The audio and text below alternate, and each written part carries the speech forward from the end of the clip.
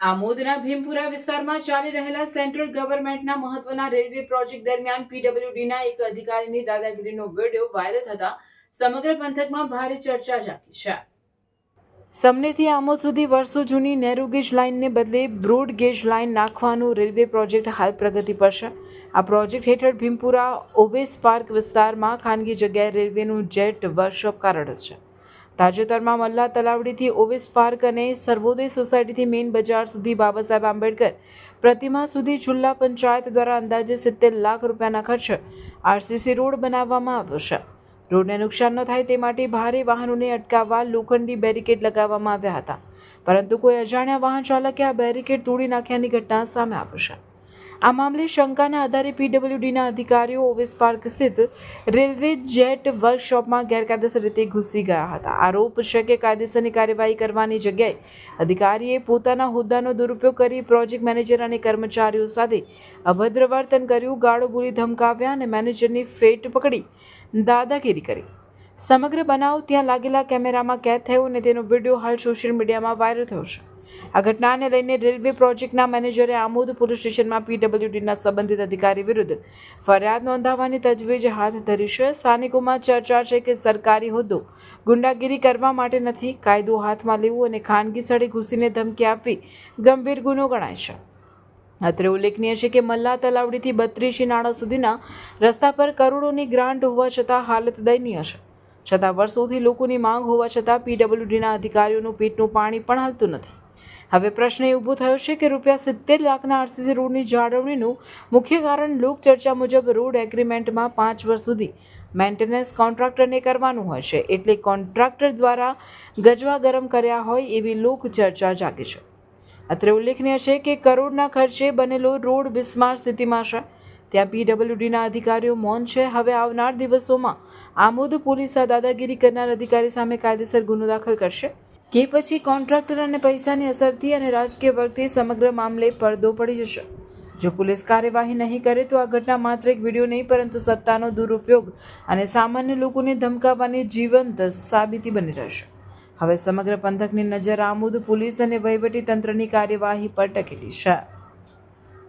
Owais park है, वहाँ आपका जेट वर्क जो साइड है, वहाँ पे आज सुबह में 9 बजे जो घटना हुई थी, तो एक्चुअली में सर ये कौन सी घटना थी और क्या है बात, समग्र बात क्या है?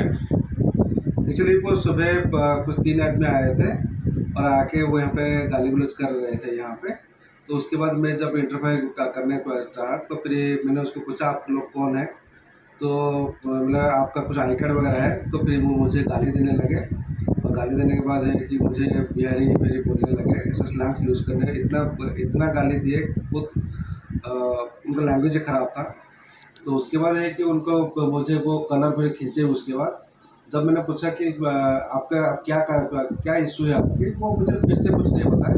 फिर है कि बोले कि तू कौन है, तू बिहारी से है, तू बिहारी है, तू आके गुजरात में क्या कर रहा है, और भाई तू यहाँ से निकल जाए, यहाँ से तुझे हम भगा देंगे, नहीं तो रातों रात यहाँ से खाली करके निकल जा.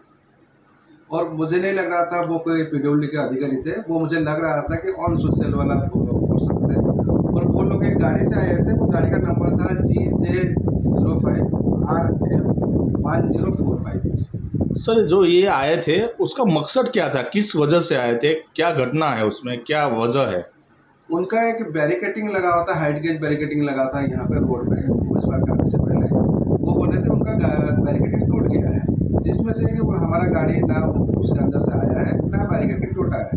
हमारा गाड़ी जब से वो लगाया, हमारा गाड़ी जो भी हैवी व्हीकल है वो अभी भी अंदर में है, और कोई भी व्हीकल ना अंदर गई है ना बाहर आई है. और वो लोग वो सुनने के लिए तैयार नहीं थे. बस वो लोग एक धमकाने की कोशिश कर रहे हैं. जो बड़ी वाहन जो अंदर अभी कैंपस में है, उसके लिए आप बाहर निकलने के लिए अभी कोई आपकी प्रोसेस अभी चालू है? हाँ, हमारा प्रोसेस अभी चालू रखे हैं हम, लेकिन अभी तक वो कंप्लीट नहीं हुआ है. अभी तक मेरा गाड़ी इसलिए अंदर में भी है. अभी मान के चले जो हम भी तो जो प्रोजेक्ट कर रहे हैं वो सेंट्रल गवर्नमेंट का प्रोजेक्ट का काम हम भी कर रहे हैं. अब गवर्नमेंट का भी अगर वो बैरिकेडिंग लगाए हैं, हम क्यों तोड़ेंगे उसको? हमारा कोई इसमें आपको डैमेज करना है कोई मकसद है भी नहीं. और जो भी हम इसलिए गाड़ी को बाहर निकालने के लिए हम दूसरा प्रोसेस भी हम कर रहे हैं उसको. जो ये कैंपस है उसमें आपका होद्दा क्या है सर, आप और आपका नाम क्या है सर? मेरा नाम महांती है और मैं इस प्रोजेक्ट का मैनेजर हूँ. अब ये आगे आप क्या सोच रहे हो इस बारे में? आपके साथ जो गाली गलौज हुआ, जो जबरजस्ती हुआ, उसमें आप आगे क्या करना चाहोगे? प्रशासन से क्या मदद मांगोगे आप? मेरे पास एक जस्टिस है कि भाई वो बार बार ऐसा अंदर ना आए और लोगों के ऐसे मिसबिहेव या गाली गलौज ना करे। जिस हिसाब से वो कलर खींच रहे थे, बार बार मारने के लिए आ रहे थे, और मेरे सीनियर भी थे, उनको भी मारने के लिए आ रहे थे। वो बार बार ना आए, और बस एक ही रिक्वेस्ट है कि उनके ऊपर ठीक से एक्शन लिया जाए।